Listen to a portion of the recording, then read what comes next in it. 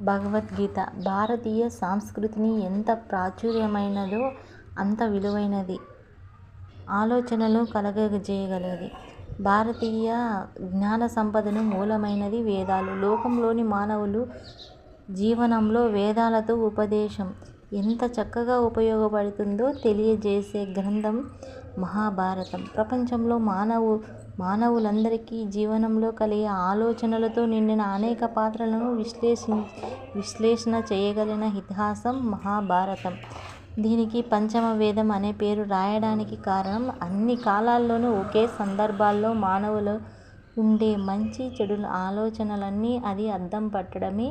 పరోక్షంగా ధర్మచింతన, సదాచారం, సత్ప్రవర్తన కలిగిన మానవులందరూ పొందే శాశ్వత ఉన్నతిని చక్కగా ప్రసాదిస్తుంది. ఈ మహాభారతంలో 18 పర్వాలు, అందులో 1,00,000కు పైగా శ్లోకాలు ఉన్నాయి. భీష్మ పర్వంలో 20వ అధ్యాయం మొదలు 42వ అధ్యాయం వరకు 18 అధ్యాయాలున్నాయి. ఇందులోని 700 శ్లోకాలకు భగవద్గీత అనే పేరు పెట్టడం జరిగింది. గీత అనే పదానికి గానం చేయబడింది అని అర్థం. అయితే ఇక్కడ భగవంతుడైన శ్రీకృష్ణుని చేత చెప్పబడినది లేదా ఉపదేశించబడినది భగవద్గీత అనే అర్థాన్ని తెలుసుకోవచ్చు. పూర్వం కురువంశంలో పుట్టిన ధృతరాష్ట్రునికి 100 మంది కొడుకులు, అతని తమ్ముడైన పాండురాజుకి 5 కొడుకుల మధ్య మనస్పర్ధలు ఏర్పడ్డాయి. అటు ధృతరాష్ట్రుడి సంతానానికి, ఇటు పాండురాజు పుత్రులకు మధ్య వయసుతో పాటు వైన సమస్యలు, విభేదాలు పెరిగి పెద్దయ్యాయి. వీరి మధ్యలో అవమానాలు, అంతులేని అసూయ ద్వేషాలు చెలరేగాయి. ఈ నేపథ్యంలో ఒకరినొకరు సమరూపంలో చూపుకోనాలని నిశ్చయించుకున్నారు. మహాభారతంలో ఘోరమైన యుద్ధానికి అటు ధృతరాష్ట్రుని కొడుకులు, ఇటు పాండురాజు కొడుకులు తమ తమ బలగాలతో సిద్ధమయ్యారు.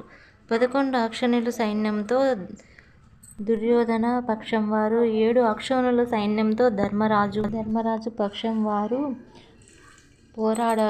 పోరాడుకోవడానికి ఎంపిక చేసుకున్నారు. ప్రదేశం కురుక్షేత్రం. అనే ధృతరాష్ట్ర సంతానం పాండురంగరాజుని సంతానం. కురువంశంలోని వేరే కానీ కురువంశంలో అప్పటికీ బ్రతికి ఉన్న మహావీరుడు భీష్ముడు ధృతరాష్ట్రుని సంతానం పక్షాన నిలిచారు కనుక ధృతరాష్ట్ర సంతానానికి కౌరవులకు గాను పాండురంగరాజుకి వరపుత్రుడుగా లభించిన ధర్మాత్ముడైన 5 పాండవులు పేర్కొనడం ప్రసిద్ధిలోకి వచ్చింది. భారతీయ యుద్ధంలో మొదలైన నేపథ్యంలో కురుక్షేత్రంలో కౌరవ పాండవ సేవలు సమరానికి సిద్ధమయ్యాయి.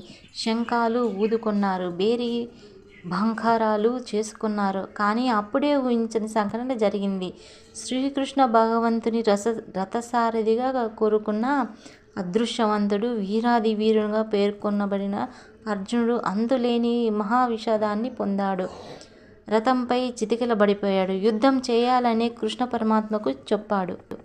ఆ సమయంలో భగవాసుడైన శ్రీకృష్ణుడు అర్జునుడి చేత యుద్ధం చేయడానికి చేసిన మహోపదేశం భగవద్గీత. ఈ గీతలో వచ్చే పాత్రలు 4 యుద్ధానికి రాలేని గుడ్డివాడైన ధృతరాష్ట్రుడు యుద్ధరంగంలో ఏం జరిగిందో సజ్జనుడి ద్వారా తెలుసుకున్నాడు కనుక ప్రశ్న రూపంలో ధృతరాష్ట్రుని పేర 1 శ్లోకం, సంజయుడి పేర 41 శ్లోకాలు, అర్జునుడు స్పందించి వ్యక్తం చేసిన భావాలు శ్రీకృష్ణునికి తెలియజేసిన శ్లోకాలు 84. తదుపరి భగవద్గీత వచ్చే వీడియోలో చెప్తాను. Please subscribe our channel.